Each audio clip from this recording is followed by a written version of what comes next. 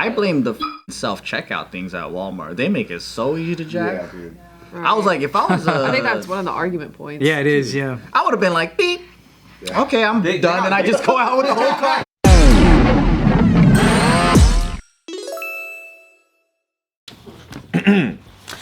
Apparently, Canadians are now stealing overpriced food from grocery stores with zero remorse. Good. That is not my Canada. What's your Canada? Sorry. What are you talking about? Wait, you're talking about just across Canada, everyone just jacking shit? That sounds like some Montreal behavior to me. Montreal?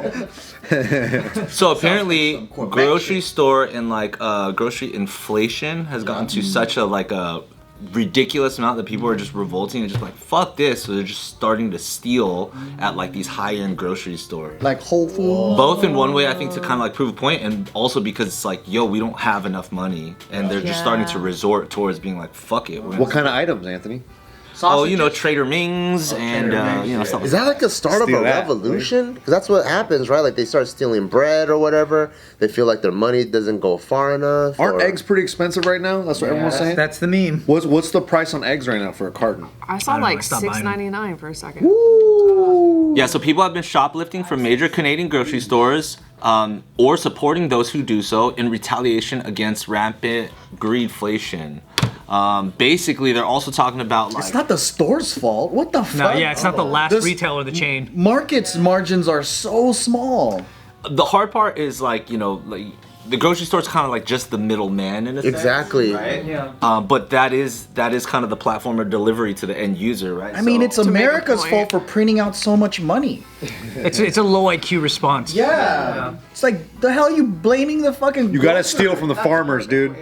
I think they're looking You gotta chop your own parsley. They're also looking at it from like you know, in terms of one pool, in terms of where they're at, rate of inflation is rising like astronomically. But so for them, things are harder, whereas for corporate giants, they're pulling in record profits. So go rob the corporate giants. How do you do that though? Yeah, dude. Like, how do you stick it to the man when you're at the lowest level, right?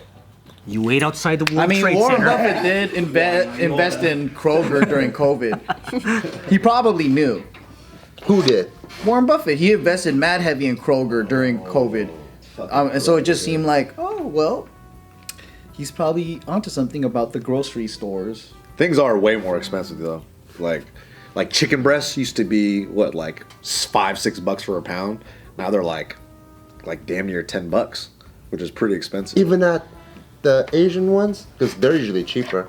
Yeah, but I think for most people when they shop in America, it's like. I mean, they're more expensive. Don't go there. Yeah, don't go to the Asian place. Don't go to 99 Ranch. It's terrible. No, don't go Then there. you go to the place where it's cheaper and they drive up the sale price because everybody's going there. Yeah, no, that's really expensive. Don't go there. Yeah. It's a waste of time. Don't even check. Don't even check it. It costs less just to go to Ono Hawaiian Barbecue and get the chicken there, already cooked. Yeah, for real.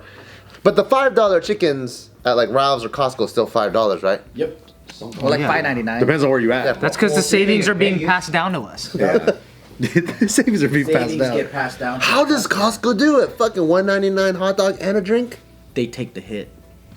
Oh. Because their real business model is the Membership. subscription. My buddy says eggs at Costco's are like normal price. It's normal price. It's not. But also they just locked into deals too. Like as a Costco seller. Yeah, remember though, like Costco is already getting their discount from the creator or from the producers or whatever the fuck, right? The wholesalers? Yeah, the way that like, you know, if you create a product that wants to go into Costco, you're doing high crazy numbers. High volume. And then high volume, and you're doing it at like really low pricing. I'm talking like over 30% cheaper than like the next cheapest thing that you sell your wholesale price. So when you sold your Kinja Bangs to Costco, did you just sell them at wholesale price? cheaper than regular. So you were saying, I remember you were saying before that you guys putting Kinjabang in Costco is more of a strategic move than it is a profit move, huh? For the sake of any other further conversations regarding this, I'm going to redact both the word Costco and Kinjabang and just like speak hypothetically and allegedly. Okay. Let me tell you something. Nongshin. We're talking about Nongshin. As a Kirkland supporter, right? So you see this? We all like to get Kirkland products, water bottles, all that stuff, right? The teas. So like, they have the whole chain. You know what I mean? Like they don't buy it like from Kirkland water. They own the manufacturer part of it, or they do all these different parts. They got the glacier. So they could just cut the cheaps. They got the cut the glacier. like C&H Sugar. Like they subsidize C&H Sugar. They're invested into it. So they're just double dipping. That's all I'm saying, man. And then on top of that too, it's like, let's say this guy makes like Junbi matcha, right? And then we're like, okay, cool. Like, we want to put your Junbi matcha in our stores, but you got to give us like 30% discount off your wholesale. And then on top of that, if you start doing kind of well, and we're like, this product does kind of move, then we're like, hey, Mr. Junbi matcha, you want to make Kirkland matcha? And we're gonna sell it at this price, and we're gonna collaborate on it as a you know. And guess what? Oh, you can't afford it no more. I guess I can buy a company for you if you're struggling, and then that's how. And then it's like, hey, we'll put your Junbi matcha in like 10 stores, which is like fucking amazing. But we're like, hey, if we do Kirkland matcha though, you're only gonna get 5% of it, but we're gonna put it in like 3,000 stores. Yeah.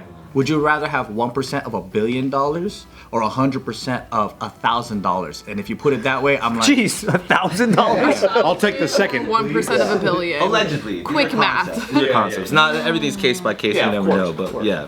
I would have taken 1,000 because I'm like big fish in a small pond, bitch. Peace.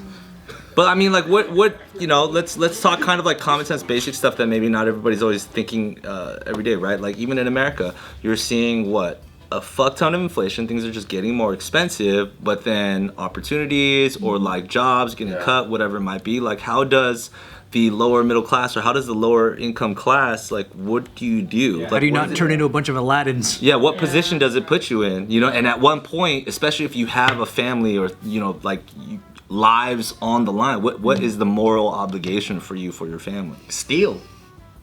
If my kids were hungry, all day I'm going to Whole Foods. I'm getting the really nice fucking duck things that they got, the pate. Yeah. And then if my kids need gluten-free shit, I'm getting all that shit. Yeah, steal some kombucha. Hell yeah, dude.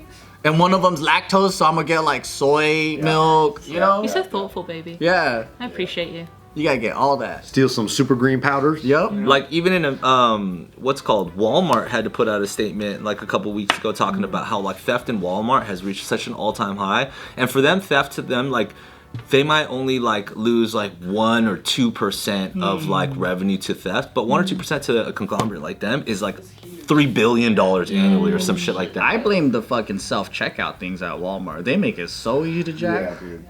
I was like, if I was I think that's one of the argument points. Yeah, it is, yeah. I would have been like, beep.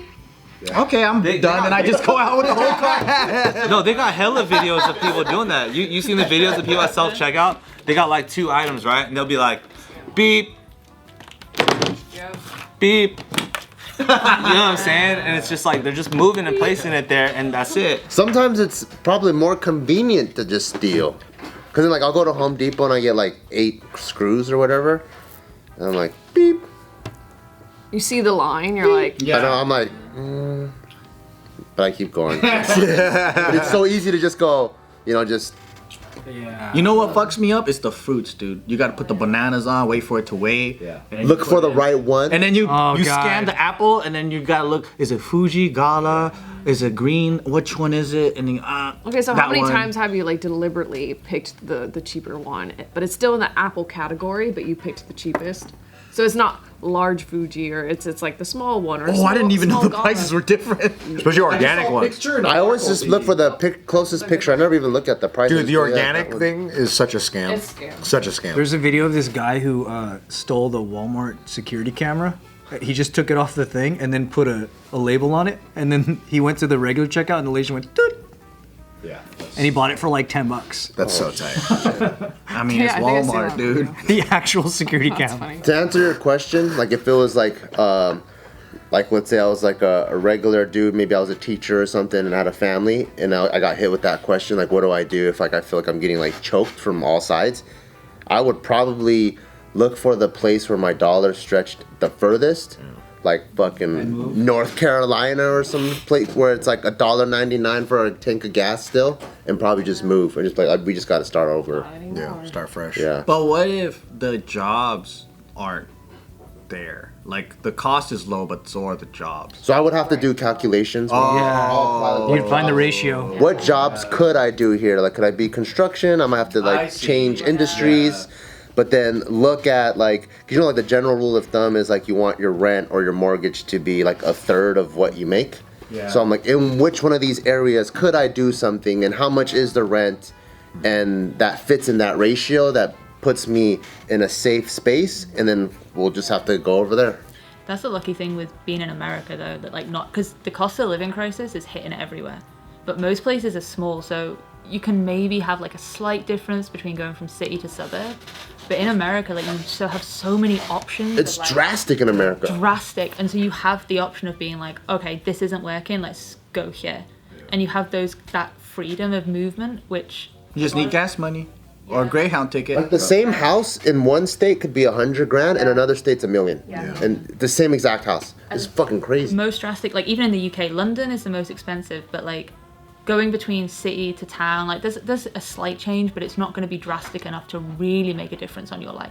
Whereas like going from California to Vegas, you can be a different person, and you have that like freedom of movement that isn't available to everybody. So I think there's like, it's bad everywhere, but there is options here, I think. Yeah. Dude, a lot of my clients, it's pretty frequent for them to have 2 jobs. Yeah. Like I have a couple clients who are like programmers, and they're working 2 different jobs at the same time. Marketing guys working 2 jobs at the same time constantly on top of like the side projects they're doing. So it's like, it does seem like there is a lot more opportunity out here, especially in California, right? In LA, like there's just so. Hey, we got 2 jobs here, you know. Dude, we got like 3 jobs. We all bro. got 2-3 jobs. 2-3 jobs, bro. Yeah. Like, Everyone moves to the big city, like, because there's not enough work. In the small towns outside, yes, it's more affordable, but I think there's less opportunities and jobs and well-paid jobs. Because even in Hawaii, that's the issue, is like everything's either tourism, and all the decent jobs, they pay less than they do on the mainland, but the cost of living is like more than LA. yeah. So you're paying like $1 million for a house that's breaking down, that was built in 1920. Yeah.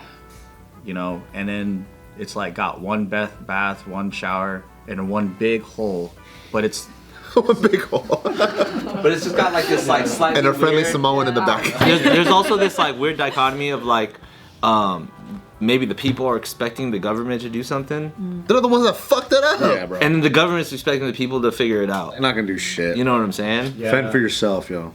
That's all you got. But I feel like the policymakers and the First one people out the that are up there, they're so shielded.